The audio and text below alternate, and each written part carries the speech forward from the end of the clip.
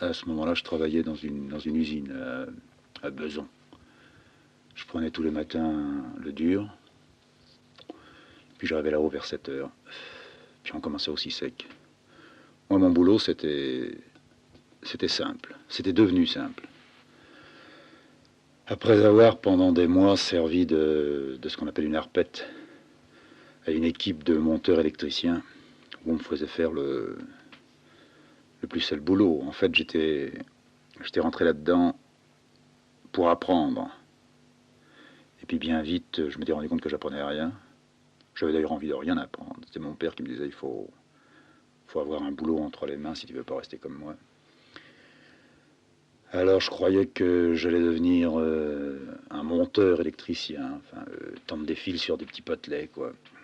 Partir d'un point puis arriver à un autre, traverser des ateliers, faire de l'entretien, enfin, j'avais de vagues idées là-dessus. Ça me plaisait pas plus que le reste. Et puis, quelques mois après ça, après avoir tapé dans les murs, après avoir fait des trous plus ou moins carrés pour que les types fassent des scellements, j'avais appris qu'une place de pousseur de chariot était libre. Alors je m'étais présenté, puis j'avais demandé au type, je voudrais changer, quoi. Je voudrais arrêter d'être avec les monteurs. J'aimerais mieux pousser les chariots. On m'a dit, bah d'accord. Alors j'avais touché mon petit chariot, et puis mon petit truc consistait à le matin me présenter à une machine, à une bonne femme qui cardait du coton. Et puis quand le coton était cardé, il y avait un gros paquet qui était là. Alors je le prenais, je devais le ficeler, comme je pouvais, et puis je le posais sur mon chariot. Puis j'allais porter mon petit chariot, je le poussais, je traversais tout le hangar, et j'allais le porter dans un coin. Puis je revenais, puis j'attendais que la balle de coton soit assez grosse, puis je la reposais sur mon petit chariot, puis je la reportais dans le hangar, puis je la mettais sur la balle d'avant. Puis j'arrivais comme ça petit à petit à faire une petite montagne dans ma journée. C'était pas crevant, ça me permettait de penser à autre chose. Alors je me voyais dans des tas de situations. Je jouais des rôles.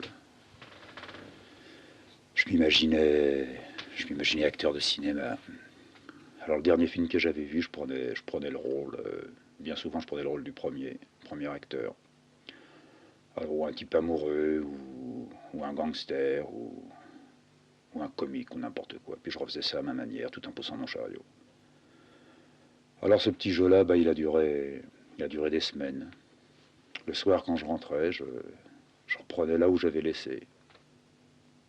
Puis petit à petit, le jour, pendant le voyage, la nuit, même quand je rêvais, je tenais mon bon rôle. Des fois j'avais une cape, des fois j'avais un pétard, des fois je faisais l'amour. Et puis un beau jour, je me suis retrouvé cycliste. Je me suis mis dans la tête que j'étais devenu un gars de la pédale, quoi. Puis dans mon bled, il y avait une équipe sportive, quoi, des copains, d'anciens copains, moi, des types d'école, qui étaient rentrés dans le club. Puis qui essayaient de m'entraîner, qui me disaient qu'est-ce que tu fous, comment tu passes tes dimanches, tu vas te faire chier, tout ça, t'as qu'à venir avec nous, on a tous un cycle, et on a même une petite tenue, là. Puis j'avais un gars qui m'avait montré ça, une petite culotte bleu ciel, le maillot était orangé, puis dessus il y avait deux, trois traits. Lui, il avait l'air d'être très content d'avoir sa tenue. Moi, ça m'avait donné une idée, ça. Je pourrais avoir aussi un cycle. Mais je me fourvoierais pas là-dedans, j'irais pas dans le club ni rien. Alors j'avais décidé, ça y est, quoi. Petit à petit, bien, je garderai un petit peu de fric sur ma paye. Et puis, roue par roue, la selle, le guidon, enfin petit à petit, je me suis monté. Puis mon vélo, il a pris tournure. Le plus long, c'était pour le guidon, c'était la fin. pouvais pas arriver à trouver un guidon comme je voulais. Je voulais pas un guidon de course, je voulais un guidon de triporteur. J'avais des grosses roues, des gros pneus, c'est tout ce que j'avais trouvé. Ça, c'est pas très coureur, mais moi je m'en foutais. Puis un dimanche matin, j'ai eu droit à ma première petite sortie. J'ai donné 2-3 coups de pédale dans le quartier. Puis sur le coup de midi, j'ai vu l'équipe du club qui rentrait. Alors les gars qui ont commencé à me charrier. C'est pas un clou que t'as, c'est une brouette. Ah, tu nous fais bien marrer, tu changeras pas et tout ça. Bon, je suis rentré chez moi. Après-midi, je suis reparti, j'ai encore roulé. Puis j'ai décidé d'aller à Besançon, jusqu'à Besançon, tous les jours, le matin et le soir, de faire sa bicyclette. Je m'entraînais. Je me collais au cul des camions, la joue sur le pot d'échappement, je respirais à fond, puis je m'approchais le plus près possible du pare-choc. Et puis je le lâchais au pont de Suresnes ou je le lâchais au pont d'Asnières. Puis là, j'essayais de retrouver autre chose, un bus, n'importe quoi. Jamais je m'accrochais. Je m'étais défendu de m'accrocher même quand j'étais crevé. Il fallait que je tienne le coup, que j'arrive à Besançon. Alors je partais à 5 h du matin. Je mettais 1 heure, 1 h 15, 1 h 30. J'essayais pas de me chronométrer, mais j'avais des repères. Et toujours le même camion, le camion de chez Pavic qui portait le livret du charbon, je sais pas où. En tous les cas, lui, il me lâchait toujours, il continuait vers Neuilly. Moi, je le laissais à Suresnes. Ça a duré pendant des mois. Au commencement, j'avais mal aux mollets, j'avais mal aux épaules, j'avais mal au bide, j'avais mal aux pieds. J'avais bien repéré des gars qui étaient à l'usine qui aussi devaient faire partie d'une équipe quelconque. Ils avaient tous des petits vélos, eux ils appelaient ça des bijoux. Moi c'était des allumettes. Ils avaient des beaux cale-pieds, ils avaient des belles pompes cyclistes aussi. Moi non, moi j'avais les espadrilles. Au bout d'un temps, un jour j'apprends qu'il y a une course qui va partir d'un coin au-dessus de Saint-Cloud vers le Vésinet. Bon, je me mets en route. Puis j'arrive là-haut. J'attends un bon moment, puis petit à petit, il y a des gars qui commencent à arriver. Des gars en voiture qui descendent avec les cycles accrochés sur le toit. Il y avait des gars qui les massaient, il y avait des types qui leur donnaient une petite goutte à boire, du café dans des thermos. Moi, je regardais leur cirque. Ils avaient tous l'air très, très excités. C'était de la culture physique juste avant de monter sur la selle. Il y avait des gars qui leur parlaient à l'oreille, il y avait tout un tas de combines, là. Moi, j'assistais à ça comme ça, un peu détaché, un peu pas du tout envieux. Il y avait quelque chose qui me répugnait. Il me rappelait un peu les monteurs avec qui je grattais à l'usine. Des gars qui se tenaient en forme. Puis à un moment donné, sur le coup de 8 heures à peu près, tout le paquet était réuni avec des beaux maillots bien brillants, des cuisses bien luisantes, des beaux mollets, des belles cuisses. Les petites casquettes, la visière tournée sur la nuque, les autres qui relevaient la visière, qui la cassaient sur l'oreille. Moi, j'étais venu avec mon clou dans ma tenue à moi. C'était une paire de bleus. J'avais pas relevé les manches, rien, bien serré au cou. Et puis, à un moment donné, ils se sont présentés sur une ligne, il y a eu un petit haut-parleur, un petit coup de pétard, puis ils se sont barrés. Je les ai laissés partir devant moi. Puis quand je les ai pas revus, plus revus quoi, j'ai enfourché mon cycle. Et puis vas-y, j'ai commencé à pédaler comme ça. Bonne petite allure. Puis je les ai eus devant moi, à 200-300 mètres. C'était mon point de mire. J'essayais de ralentir quand je voyais que je me rapprochais d'eux. J'appuyais un peu plus sur les pédales quand je sentais que l'écart devenait trop grand. C'était simple. Ça me remplissait, ça. Je ne regrettais pas d'avoir économisé pour avoir mon clou. Je me remettais lentement, tout en pédalant, à retrouver le rôle que j'avais mis en route dans ma tête le soir dans mon plumard, ou bien le soir quand je montais, quand je graissais, quand je vilais. À sa manière, c'était aussi un petit bijou, mais lourd, il devait peser dans les 20-25 kilos. C'était difficile à démarrer, mais dans les descentes, ça marchait au poil. Pour monter, alors là, c'était autre chose. J'avais bien remarqué, les gars à l'usine ou dans le quartier, ils avaient tous foutu un dérailleur à leur truc. 3 vitesses, des simplex. Moi, je m'étais interdit ça. J'avais découvert un truc, il y avait la roue libre ou le pignon. La roue libre, ça avait des avantages certains, c'était dans les descentes, quoi. On pouvait se lancer à fond, et puis on arrêtait de pédaler, puis sans toucher au frein. On prenait de la vitesse de plus en plus vite. Puis je m'étais rendu compte que le pignon, lui, présentait d'autres avantages, mais aussi des inconvénients. Dans les montées, le pignon, il me poussait. J'avais pas tellement besoin d'appuyer. Je donnais un coup de pédale en avant, mais celle de l'arrière, elle faisait remonter tout seul mon pied. Sur le plat, c'était pareil. Ça créait un mouvement, c'était très, très huilé, très bon, très chaud. J'avais l'impression qu'on était deux à pédaler. La bicyclette, elle pédalait pour moi et moi, je pédalais pour elle. On faisait un bon couple. Alors dans les descentes, là, zéro. Là, je me cassais la gueule plusieurs fois. Enfin, j'avais décidé pour ma première sortie, je maintenais. Je maintenais mon idée, le pignon. Alors, tout en tricotant derrière, comme on dit, bien, sur le plat, ça allait, je m'échauffais tout doucement. Eux aussi, devant là-bas, ils s'échauffaient. Puis au bout d'une demi-heure, moi échauffé, mais eux aussi, on a commencé à prendre de la vitesse. Je me rendais bien compte que de temps en temps, ils s'écartaient. L'écart devenait de plus en plus important. Alors je pédalais, je poussais. Puis au bout d'un moment, j'ai eu l'impression qu'il y avait quelque chose derrière moi. J'ai pensé que c'était une bagnole qui me suivait, qui allait légèrement me dépasser, me faire signe de m'arrêter. Et puis la bagnole ne me dépassait pas, puis en fin de compte, il n'y avait pas de bruit, il n'y avait pas de bruit de moteur. Alors je me suis penché un peu sur mon guidon, puis j'ai regardé en dessous mes bras. Et alors là, j'ai vu une roue de vélo, un type qui me suivait. Je me suis pas retourné, vraiment. Continué à pédaler, à bien appuyer. J'étais un peu décidé à lâcher le type qui me suivait. On avait dû se croiser dans un petit village, le premier village traversé, puis un type avait décidé de me faire la course un peu, un petit bout de temps, quelques kilomètres. Et puis au deuxième village, en le sortant, en le quittant, je me retourne un peu, puis il y avait toujours la roue derrière moi. Alors là, je me suis carrément retourné sur ma selle, et puis j'ai regardé le type. C'était un gars comme moi, c'était un porteur qu'il avait. Avec des grosses roues lui aussi. Et puis dans la même tenue que la mienne, il y avait des bleus. Il avait ce que j'avais pas, il avait une casquette. Une petite casquette toute pointue qui tenait certainement avec des épingles comme on aimait les porter dans ce temps-là.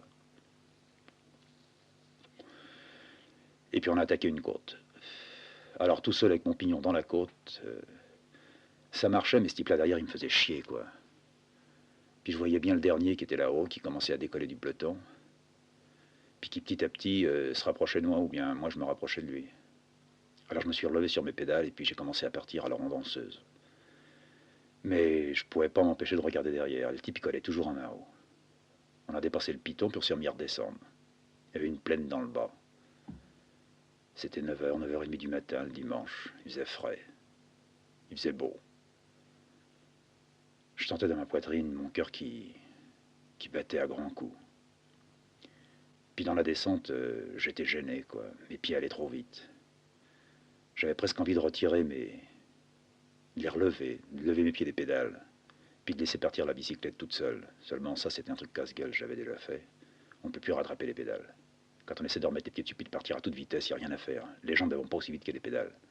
Alors là, bah, c'est le cirage, quoi. On donne un coup de frein, puis on part dans les décors. Alors j'en étais à ce point où je lâche les pédales ou je les lâche pas. Quand le type qui était derrière, il s'est lentement ramené à ma hauteur, puis il m'a regardé. Je voulais lui demander quelque chose, mais j'étais tellement occupé avec cette descente, puis il fallait que je regarde la route, parce que, puis lui aussi. On a commencé à marmonner tous les deux quelque chose. Moi, je m'adressais un peu à lui, puis lui, il en faisait autant, où il essayait de me répondre, mais il ne pouvait pas comprendre ce que je lui disais. Puis on est retrouvé sur le plat. Puis on a eu le premier type devant nous à quelques mètres. Alors le gars qui était là, je l'appellerai Casquette, il a donné un petit coup de sifflet, puis il m'est passé devant.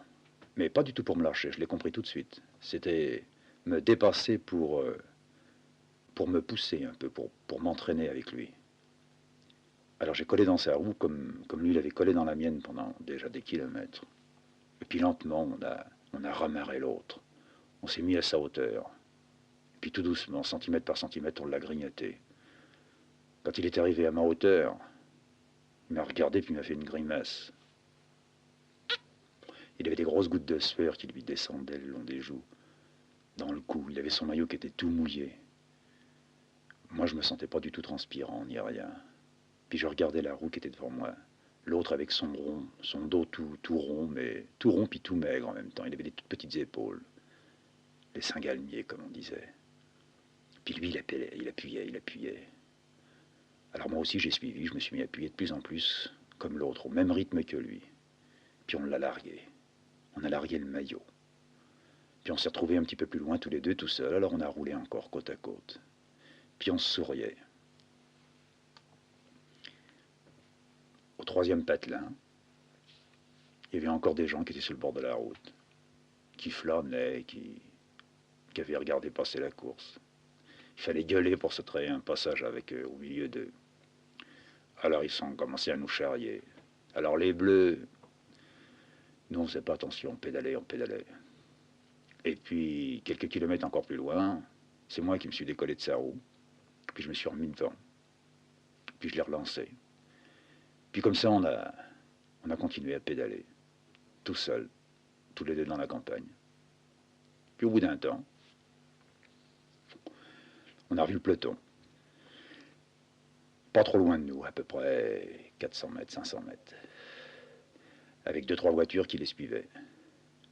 Alors une des voitures s'est détachée légèrement. Elle a commencé à freiner, s'est amenée à notre hauteur. Puis un gars a passé la tête en dehors de la portière. Puis il a dit, faut pas faire les cons les gars là, hein. Faut pas suivre une course, on n'a pas le droit. Alors Casquette, il les a regardés. Puis il a dit, je vous emmerde. Puis il a appuyé sur les pédales. Puis moi je l'ai suivi. Puis on s'est rapproché de plus en plus des voitures. Et puis ça filait dans la campagne. Puis à un moment donné, on s'est presque trouvé dans le peloton. Alors là, on a eu droit à toutes les salades. Les gars qui gueulaient, qui refusaient, qui essayaient de nous faire des queues de poisson, qui voulaient pas nous laisser passer, qui nous prenaient en sandwich, qui essayaient de nous faire casser la gueule. Alors Casquette, il a commencé à râler. Il a commencé à les insulter. Puis à un moment donné, il s'est carrément reporté sur la gauche, puis il m'a filé un coup de sifflet. Puis j'ai compris que là, il attaquait. Il est parti comme une flèche. J'avais du mal à le suivre. Il avait un coup de pédale terrible. Puis on a ramarré petit à petit. 1, 2, 3, 4, 5 gars, 10 gars, 15 gars, 20 gars. Puis on s'est retrouvés comme des rois en tête. J'avais l'impression que je pédalais doucement et pourtant on allait vite.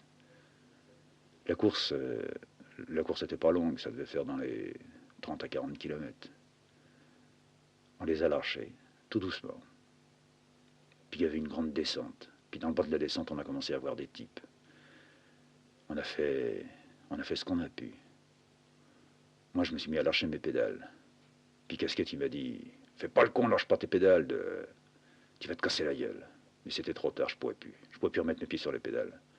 Et puis lui, il allait tellement vite aussi, ses jambes, c'était plus du tricotage, c'était de la mécanique. À un moment donné, il a retiré les siennes. Et puis tous les deux, on est rentrés dans le village, les pattes en l'air, tenant le guidon qui branlait. Je me disais, d'un moment à l'autre, on va s'empêtrer l'un dans l'autre. On a passé une ligne, avec des gens qui gueulaient, qui sifflaient après nous, qui nous traitaient de tous les noms. Mais on ne pouvait plus s'arrêter. On a traversé le village comme ça. Puis au bout du village, ça redescendait encore.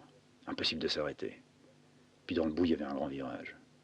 Alors j'ai vu Casquette qui commençait à onduler sur son cycle. Puis moi, je me suis mis à en faire autant. Puis on s'est empêtrés l'un dans l'autre. On était allé se casser la gueule. Je me suis relevé le premier. Puis je me suis un peu inspecté, quoi. J'avais déchiré mon bleu au-dessus du genou. Je me suis retourné vers Casquette. Puis j'ai vu qu'il l'avait perdu. Il était à plat ventre. Je me suis approché de lui, puis j'ai dit, dis donc, ça va, ouais? Alors il a relevé la tête. Puis il s'est mis à rigoler. Mais alors à rigoler, comme j'avais encore rarement entendu un type faire. Puis petit à petit, ça s'est communiqué. Et moi aussi, je suis tombé dans le rire. Dans un drôle de rire. C'était autre chose que de la joie. Il s'était relevé, lui, et il se tenait les côtes au point qu'il en avait vraiment mal. Puis moi aussi, et je voulais m'arrêter, mais c'était plus possible. Il y avait un déclic qui s'était détraqué quelque part, et on se donnait des claques. Puis quand même, on s'est arrêté. Puis je dis, non, si on regardait comment vont les bicyclettes, ah, il t'en fait donc pas. On rentrera par le dur, il y a sans doute quelque chose pour revenir à Paris par là. C'est rien, on les a baisés. Hein. C'est con, là. Et le type qui voulait pas nous laisser passer, et tous les autres. C'est vraiment des pédales. Mais alors des pédales. Hein. Bon, alors on regarde. Alors moi, j'ai pris mon cycle par le guidon, mais j'ai tout de suite vu ce qu'il y avait. Les roues étaient restées très bien. Je n'avais pas ni éclaté, ni crevé. Ma chaîne était là, sur le pédalier, sur le pignon. Le pédale était en ordre. La selle aussi, un peu tordue. La seule casse sur mon cycle, c'était le guidon. Alors là, il se croisait les bras. J'ai essayé de le détordre, de le foutre par terre. J'avais une petite clé à molette. Là, j'ai desserré l'écrou, je l'ai sorti.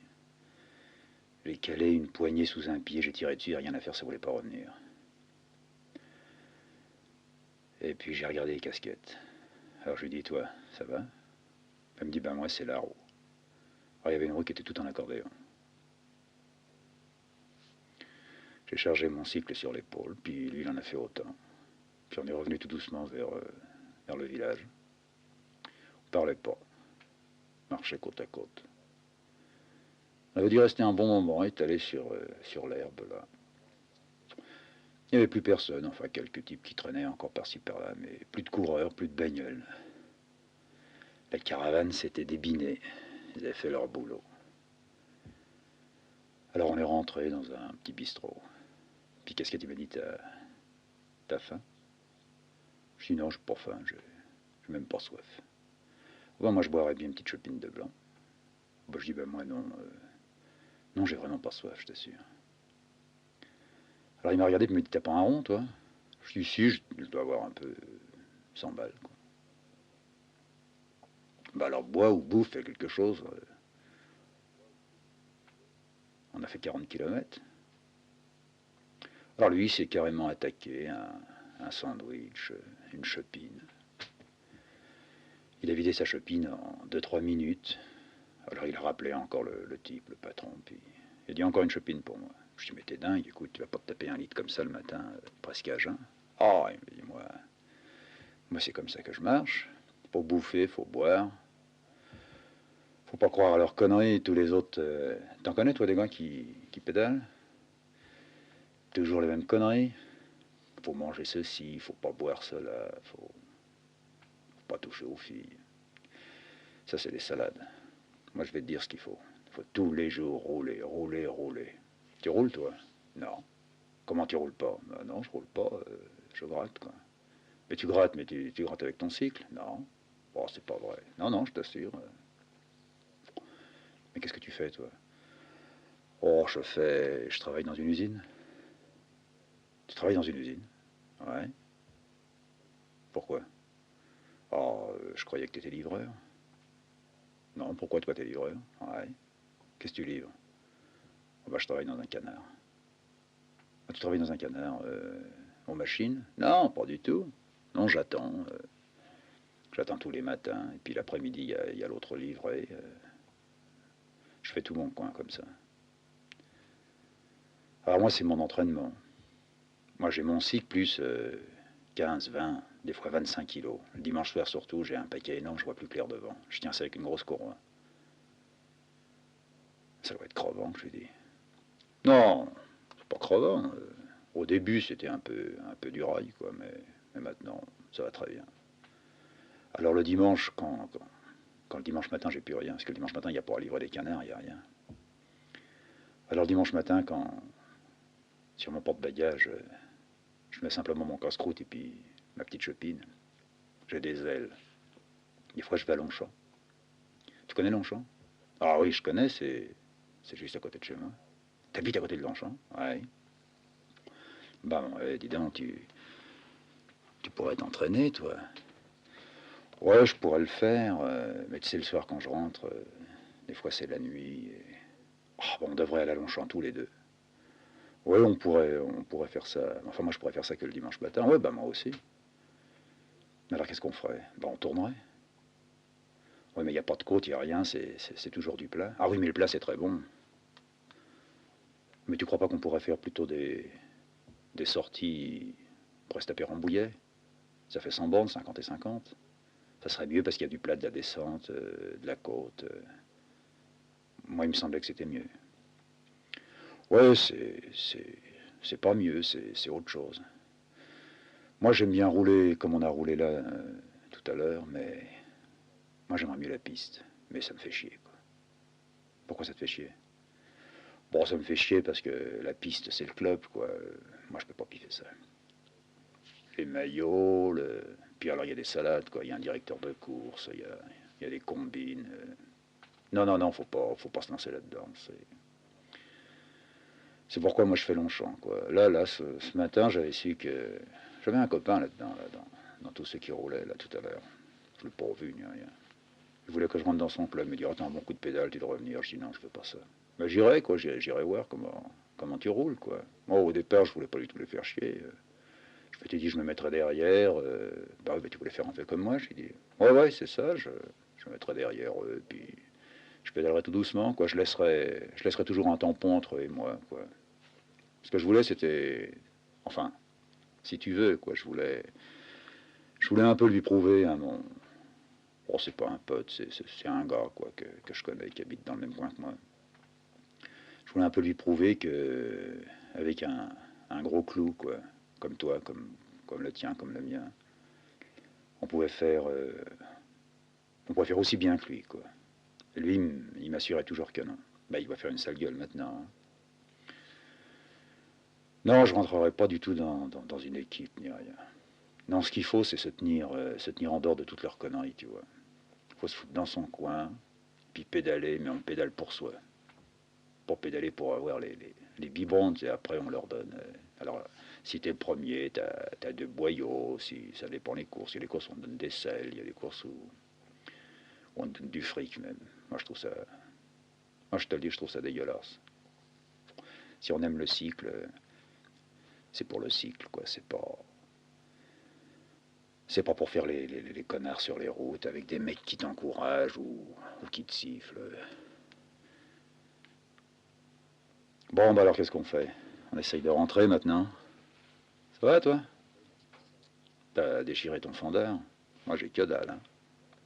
Quand j'ai vu que je paumais un peu mes pédales, je me suis foutu droit dessus à un moment donné. J'ai essayé de les reprendre juste en bas du virage. Clac! Ça m'a filé un véritable coup de ressort. Moi, j'ai sauté là-dessus comme sur un tremplin. Je suis tombé sur le bide. Moi, j'étais pas dans les pommes ni rien. J'avais envie de rigoler. Qu'est-ce qu'on s'est poilé? Alors on essaye de rentrer. S'il y a pas un train, ben il y aura bien un car. Puis s'il n'y a pas un car, ben on se démerdera, quoi. Alors il s'est levé, il a payé, on a retrouvé son cycle avec sa roue en 8 dehors. On a rechargé ça sur les épaules. Il m'a proposé, il m'a dit si tu veux tu peux rentrer. Moi je te passe mon guidon, tu me le refileras demain ou après-demain. Toi tu peux rentrer si tu veux avec le tien. Je dis non, pas du tout. Ça va quoi, on est tous les deux, on rentre comme ça. Et puis dans un autre bled, il y avait le train qui passait. On a attendu. On a foutu les cycles au bagage et puis on s'est assis sur une banquette et puis tout doucement on est rentré. Pendant qu'on roulait, il a mis sa main à sa poche puis il a sorti une cigarette. Alors là, il m'a séché parce que moi je m'étais inventé des lois. J'étais certain que le tabac c'était mauvais pour ça, que ça. Oh, puis j'avais entendu dire ça coupait le souffle. Puis le pinard c'était pas toujours très fameux non plus. Alors j'ai dit tu fumes? Ouais, pourquoi tu fumes pas toi? Oh ben moi j'ai arrêté. Pourquoi t'as arrêté? Ah, puis tu t'imaginais que le tabac c'était. Ouais, ouais. Je pensais que le tabac ça faisait du mal là-dessus, quoi. Mais non, tout ça, c'est des histoires qui me dit casquette. Tu fumes, tu bois, tu baisses, tu fais ce que tu veux. Sinon, t'es pas un homme, quoi. Alors seulement toute ta semaine, là, tu te serres la ceinture, deux, trois coups de pédale dans ton quartier, puis le dimanche matin, tu te présentes là comme ça, comme une fleur. Non, c'est pas ça. Non, fume, je t'assure. Tu peux fumer, crois-moi. Puis tout à l'heure, t'as été con, là, t'as rien dans le bide, toi, maintenant. Faut bouffer, faut boire. Pas de restriction là-dessus. Hein. Comment tu t'appelles? Alors, je lui donne mon nom. Enfin, je lui donne surtout mon prénom. Alors, il me donne le sien. C'était un drôle de nom. Genre Alphonse ou un truc comme ça. Alors, moi, je me mets à rire et puis je lui dis, écoute, si tu veux, j'aimerais mieux en rester à un nom enfin, qui te va bien, quoi. Casquette. Alors il me dit, ouais, tous les mecs ils m'appellent Casquette là aussi où je suis. Ouais, alors, qu'est-ce qu'on va faire? On va arriver à Paris et puis, tu viens chez moi? Bon, je dis, ben moi j'ai une piole, enfin je suis avec mes vieux. Ouais, moi aussi je suis avec mes vieux. Voilà, tu vas venir, on va essayer de bricoler ça. Moi j'ai un petit garage. Mon père, il bricole des tas de trucs là-dessus. C'est lui qui dépanne tout le monde dans le quartier. Il fait les cuisinières, il bouche les trous avec du plâtre. Alors, il a des tas d'outils. Moi, je suis sûr que ton guidon, on peut le remettre droit, quoi. Toi, il n'y aura pas de problème. Moi, pour la roue, c'est autre chose. Faut que j'en achète une autre, quoi. Mais ça, c'est rien. Je me démerderai. De toute façon, pour mon boulot, il faut que je retrouve quelque chose. Alors, comme ça, on est arrivé à Paris. Puis, on a traversé une petite partie de Paris avec... moi, je poussais mon cycle en tenant le guidon tout tordu entre mes pattes, quoi. Puis lui, bah, il avait ça sur les épaules. De temps en temps, il posait par terre, puis il faisait rouler sur la roue arrière. On est arrivé chez lui. Enfin, ce qui était chez lui. Il avait traversé un couloir. Il m'a dit, je te fais pas rentrer dans la cuisine. Enfin, il n'y a qu'une pièce chez nous, quoi. On va tout de suite aller arranger ça. Moi, je vais t'adresser ton truc. Alors, on est arrivé dans ce qu'il appelait un petit garage. C'était un débarras d'un mètre sur 1,50 m avec des planches. Puis là-dedans, il y avait des tas d'outils, des truelles, des marteaux. Puis il me dit, il faudrait un chalumeau, mais on n'en a pas. On va essayer de le détordre comme ça. On va le foutre dans l'étau. Et puis moi, je vais tenir l'étau, puis toi, tu vas appuyer tout doucement dessus. On n'est pas arrivé à un grand résultat, mais on a remis le guidon à peu près droit, de manière à ce que je puisse rentrer tout doucement, quoi. Alors on a décidé, tous les deux. Bon, on se reverrait le dimanche prochain. Rendez-vous Longchamp, sur la passerelle de l'Avre. Bon, moi, c'était pas loin. Lui, ça lui faisait traverser tout Paris. Alors je lui ai dit, il me dit, non, non, moi, ça me mettra en selle, ça va m'échauffer, quoi. Alors le dimanche suivant, puis pendant toute la semaine, alors, j'ai revu tout ça. Je poussais plus un chariot avec du coton dessus, je poussais une bicyclette, quoi. De temps en temps, je m'en servais comme d'une trottinette. Je mettais un pied sur le bord du chariot, puis avec l'autre jambe, je poussais. Ça allait un peu plus vite. C'était marrant. Puis le soir, quand je rentrais, avec mon guidon qui était resté un peu tordu, j'avais du mal à coller au cul des camions parce que il avait attrapé une vibration dedans. Ça avait quand même un peu voilé là en haut. Je continuais toute ma semaine à rouler tous les matins, tous les soirs. Le samedi après-midi, je travaillais pas. Alors je suis parti à Longchamp. Puis je me suis mis à tourner autour. Puis là, j'ai retrouvé des gars, des équipes là aussi. Alors, pas tout à fait en course, mais pas tout à fait amateurs. Ils étaient en petite culotte, mais ils avaient un pull par-dessus, sur les épaules. Ils avaient gardé une petite casquette, comme pendant les courses. Il y en avait qui avaient des lunettes. Alors je me collais derrière eux, puis j'essayais de suivre. Et je me suis rendu compte que c'était autre chose, quoi. Sur le plein, tour, 2 tours, on résiste, mais 3 tours, 4 tours, on n'y arrive pas. Alors je me suis dit, ben pour demain, c'est râpé, quoi. Casquette qui toute la semaine, lui, leur a pédalé. Moi, je l'aurais dans l'os, quoi. Enfin, le soir, je me suis couché de bonne heure. J'avais pas fait ce qu'il m'avait dit, j'avais pas fumé. Je continuais dans ma décision. Le tabac, c'est mauvais. Je m'étais mis à faire de la culture physique. Faire des mouvements avec les jambes, des mouvements avec les bras, torsion du tronc, du corps, toucher le sol devant avec les mains, enfin, des mouvements que j'avais vu faire ou que j'avais un peu appris quand j'allais à l'école avec la gym. Et puis le dimanche matin, eh bien, je suis allé à la passerelle de l'Havre. La passerelle de l'Havre, c'était tout un morceau de ma vie, quand j'avais 6 ans, 7 ans. C'était l'oncle qui m'y emmenait. Il aimait beaucoup monter sur la passerelle de l'Havre. Les voitures ne pouvaient pas passer. Les cyclistes, pour arriver sur la passerelle de l'Havre, devaient le prendre sur l'épaule, quoi. Puis là où on traversait la Seine. Alors l'oncle, ce qu'il aimait beaucoup faire, c'était s'accouder à la passerelle, au milieu, entre les deux arches. Puis il passait des heures à cracher, puis à voir son crachat qui volait tout doucement. Puis essayer de voir le petit rond qu'il faisait en bas, mais c'était plus rare. Alors il se raclait la gorge. Moi j'essayais d'en faire autant, j'arrivais pas à sortir le moindre petit molar. Enfin j'ai attendu casquette. C'était filé rendez-vous sur le coup de 7h30, 8h. Mais j'étais pas monté sur la passerelle, j'étais en dessous. Je la regardais. C'était une passerelle toute frêle, toute mince, menue. Une passerelle, quelque chose de féminin. Pas comme le pont à côté de chez moi, c'était le pont de Saint-Cloud. Quand j'en la Seine entre Boulogne et Saint-Cloud, justement. Et à un moment donné, il y a Casquette qui est arrivé. Il m'a sifflé. Et puis on n'a pas perdu de temps, on n'a pas blagoté ni rien. Tous les deux, on est remontés sur le cycle. Puis on s'est mis sur la piste de Longchamp. Pour moi, c'était une piste. En fait, c'était une route, mais c'était plat, c'était tendu comme un véritable ruban de soie. Puis j'ai commencé à parler avec lui. Il m'a dit, il faut s'échauffer. Je lui ai dit, bah, toi, t'es échauffé, mais moi, je le suis pas. Il me dit, non, moi, je suis pas échauffé non plus. J'ai traversé ça à la papa. Alors, j'ai demandé deux, trois détails comme ça, la roue, comment il a fait pour l'avoir et tout ça. Il me dit, oh, c'est pas la même roue. C'est des pneus un peu plus gros.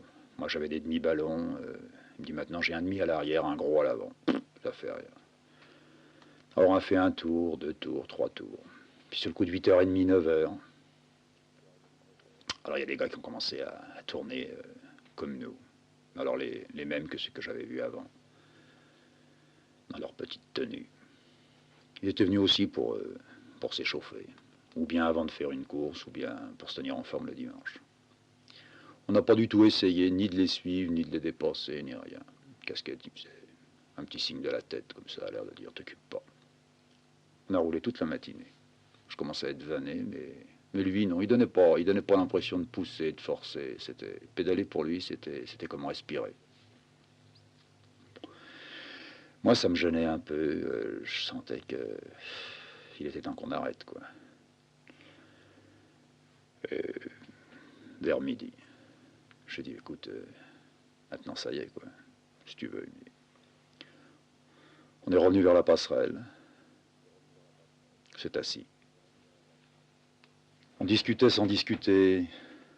Lui, il me semblait qu'il s'adressait plus à moi que moi je m'adressais à lui. Il m'expliquait comment il voyait l'année devant lui, qu'il n'allait pas voir plus loin. Il sortait pas. Sa vie, c'était le cycle. Je lui ai demandé s'il allait de temps en temps au cinéma ou bien... Non. Non, tous les ronds qu'il avait, il les mettait de côté. Puis il améliorait comme ça petit à petit son cycle, pas du tout pour avoir un petit bijou, mais pour en faire un petit bijou. Il semblait étonné que moi j'aille au ciné. Il semblait aussi étonné que je me plaise, enfin pas que je me plaise, mais que je continue à aller à Besançon. Au bout d'un moment, comme ça tout d'un bloc, il m'a fait une proposition. Si je voulais accepter, je rentrais là où il grattait dans son journal. Puis je pouvais devenir livreur comme lui, ça serait pas difficile. La seule chose qu'il me fallait, c'était un porte-bagages à l'avant, quoi. Je trouvais pas l'idée mauvaise, mais je m'imaginais mal en train de pédaler toute la journée dans Paris. J'avais peur, j'avais la trouille des bagnoles, puis j'avais pas envie de faire ça. Alors il m'a dit, bah alors t'es content de pousser tes chariots? Je suis content. Je suis ni content ni pas content. Je suis content d'y aller à bicyclette, je suis content de revenir le soir. Puis dans la journée, enfin la journée quand tu pousses tes chariots, alors qu'est-ce que tu fais? Ben, je pousse des chariots. Oui, mais enfin tu bringues, quoi, tu penses à des trucs, enfin. Ben, je dis, bah toi aussi, alors quand tu pousses sur tes pédales, là, bon, il dit, moi quand je pousse sur mes pédales, je pousse sur mes pédales, quoi. Je me dis, pour dimanche, c'est bon, quoi. Je dis, oui, mais alors dimanche, un dimanche et un autre dimanche, et puis comme ça, des dizaines et des dizaines de dimanches, ça va t'amener quelque part, quoi. Que tu le veuilles ou non, tu finiras bien par faire le pas, quoi. Non, pas du tout. Non, je ferai pas le pas. Je continuerai à pédaler, puis je m'en fous, mais on verra bien plus tard, je m'en fous. Pour le moment, je pédale, je suis content. J'en mets de plus en plus, quoi. Eux, ils sont contents là-bas. Maintenant, j'arrive à faire 30, 40. J'arriverai, je suis sûr, je pourrais dépasser les 40 kilos. Je dis, mais enfin, c'est pas possible. Même quand t'as à freiner et tout ça, surtout que t'as un pignon, t'es comme moi. Alors il dit, bah j'ai un frein à l'avant, faut mettre un frein à l'avant. Alors tu te relèves légèrement sur tes pédales et puis tu bloques, quoi. Non, pour les bagnoles, c'est pas emmerdant. Les bagnoles, les bus, les trams et tout ça, pas de problème. Puis il avait une petite musette, il a ouvert sa musette, j'ai retrouvé sa petite chopine. Puis un grand casse-croûte qu'il avait avec du pâté. Je lui ai proposé de venir à la maison. Si tu veux, tu casses la croûte à la maison avec nous, la vieille le dimanche, quand il revient du marché. Bon, on bouffe vers 2 heures, on a le temps. Si on veut, on revient tout doucement comme ça. Pas la peine de rouler. Pont de Saint-Cloud, on le voit d'ici, c'est pas loin, ça fait 2 kilomètres. Je te montrerai mon quartier. Alors il me dit, bah t'habites dans un drôle de quartier, c'est un quartier de rue Pin. Je dis non, c'est pas un quartier de rue Pin, mais c'est un quartier un peu, oui, un peu bourgeois, quoi. Alors il m'a demandé ce que mes parents faisaient. Je dis qu'on était Pipelet, quoi. Alors il a bien rigolé, parce que Pipelet, pour lui, c'était être bavard, et puis il trouvait que j'étais pas bavard. Alors on a dépassé la péniche. Puis sur la péniche, enfin pour moi c'était une péniche que je connaissais depuis bientôt 15 ans, quoi. C'était la péniche du club de Boulogne. Il a lu, il y avait de grandes lettres dessus, ACBB, Athletic Club de Boulogne-Billancourt. Elle me dit, alors c'est là, l'Athletic Club? Je lui dis, ouais, c'est ça. T'as jamais voulu en faire partie? Je dis, non, ça m'intéresse pas. Il me dit, mais alors là, sur la péniche, c'est l'équipe de quoi? Bah, je dis, sur la péniche, c'est l'équipe de natation, quoi. Ouais, il me dit, la natation, moi, ça, je peux pas piffer. La flotte, tout ça, ça me dégoûte. Bah, je dis, la flotte, ça dégoûte parce que t'aimes le pinard. Enfin, je dis ça en rigolant. Il me dit, non, mais pour moi, enfin, nager, c'est de la couille, quoi. Se foutre à poil avec un slip. Non, faut reconnaître, c'est vraiment con, quoi. Je dis, oh, c'est pas plus con que le reste. Mais pourquoi t'as envie de nager? Tu sais nager? Je dis, ouais, moi, je sais nager. Ah, bah, dis donc, moi, je sais pas. Ouais, moi, j'ai appris très tôt avec les copains, quoi. On allait se baigner là au bord, quoi. Alors il m'a demandé, il m'a posé des questions. S'il y avait beaucoup de types dans le club. Parce qu'à la CBB, il n'y avait pas seulement la natation, il y avait la boxe, il y avait les cyclistes et tout ça. Je dis, ouais, c'est vrai, c'est un gros club. Puis on s'est rapproché tout doucement du pont de Saint-Cloud. Il a regardé. Il avait l'air de découvrir le pont de Saint-Cloud. Il ne connaissait pas. Il m'a dit qu'il connaissait le pont de Suresnes. Il ne connaissait pas la passerelle non plus. Puis il connaissait le pont de Sèvres. Il connaissait le pont de Sèvres parce qu'il était allé une fois chercher du boulot du côté de chez Renault. Mais du boulot sans bicyclette, pour lui, c'était pas du boulot, quoi. Puis on a pris la chaussée du pont, c'était ma rue. Puis de loin, je lui ai montré ma baraque, quoi. J'ai dit, tu vois, c'est là-bas, c'est le 5. Il parlait beaucoup en sifflant, lui. Alors quand je lui ai dit, c'est là-bas, c'est le 5, il a fait un bon coup de sifflet entre ses dents. Il ouvrait à peine les lèvres.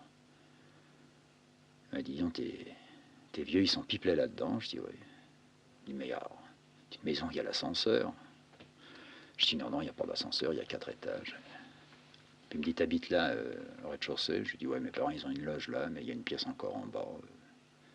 C'était une cave, et puis ils ont arrangé ça pour moi, et puis pour la grand-mère, quoi. Il y avait la grand-mère, le père était pas là. Le dimanche, le père, il partait le matin de bonne heure, puis on ne le revoyait pas avant le soir. Des fois, il fallait aller le chercher, il était dans un bistrot en train de cuire, quoi.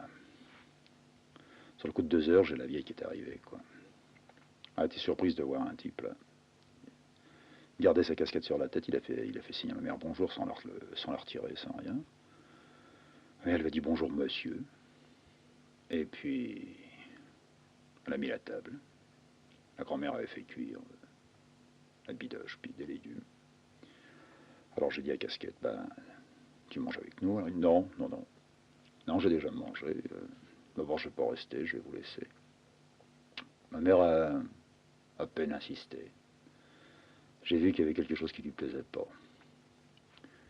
J'ai raccompagné Casquette là-haut.